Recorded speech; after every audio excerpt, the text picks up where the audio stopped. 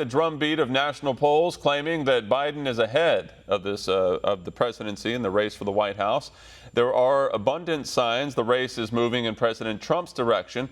Richard Pollock sat down with his weekly interview with John McLaughlin, the president's pollster. John, the first question I want to ask is about Michael Bloomberg's unprecedented $100 million media buy in Florida. What's that all about? That tells you what we've been saying all along, that we're ahead in Florida, that the president is doing very well. In fact, when NBC puts out a poll that we're tied 48-48, you know we're ahead. And in that same NBC poll, among Hispanic voters, the president was winning 50-40. So Bloomberg is seeing the same things we're seeing, and he's trying to help the Democrats. But, you know, if he wants to spend that money, that's his choice. But in the meantime, the president is intending on winning Florida. Are you seeing any movement in terms of people feeling unsafe because of the continued outbursts of protest violence and the attacks on police? People are seeing that crime is rising as a national concern. The majority of Americans oppose defunding the police, and 3/4 think that when you defund the police, you're going to have increased crime.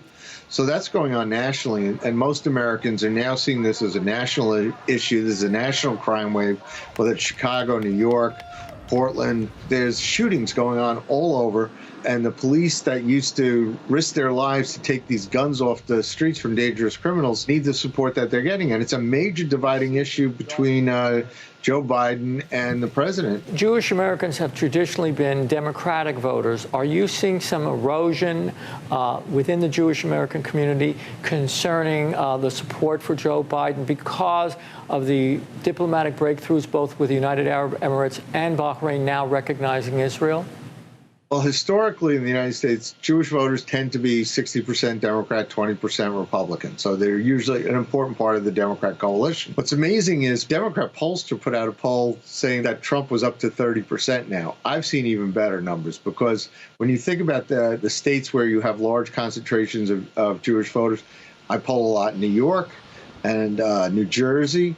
In New York, I can tell you in places like Nassau County, Rockland County, Orange County, the president's running even or ahead with Jewish voters, among Jewish voters. He's doing very well in Florida right now, and taking votes out of Broward County and South Florida that the Democrats come to expect. And it's mainly because he has been very supportive of Israel, and he's been very supportive of peace and democracy in the Middle East. And they're seeing it, and they're switching. Is there any additional movement with respect to the battleground states, either for Biden or for the president? You're seeing battleground state polls like in Minnesota. There was a Trafalgar poll out today that had the president within 4, very competitive. In North Carolina, there was USA poll had a dead even tied race and a 2-point race among Trafalgar, et cetera. So we're continuing to make progress, whether it's Georgia, North Carolina, Minnesota, and you can tell that the race is close because you've got the Vice President Biden going into the states that he thinks he should be winning. So when he does leave the basement in Delaware, he's spending time in Michigan, Minnesota, Pennsylvania, and that's where, and Wisconsin too. He followed the president 2 days after the president went to Kenosha. Vice President Biden went to Kenosha, precisely because he knows it's likely that we are going to win there again. It's very close in Pennsylvania right now.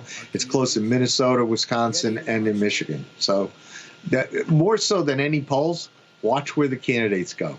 And the president was in Nevada because we think we can win Nevada. John McLaughlin, thank you very much for this update. We look forward to seeing you next week.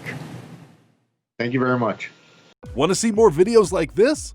Click on the link below and subscribe to One American News on YouTube, and call your cable provider and kindly demand that One American News is added to your lineup.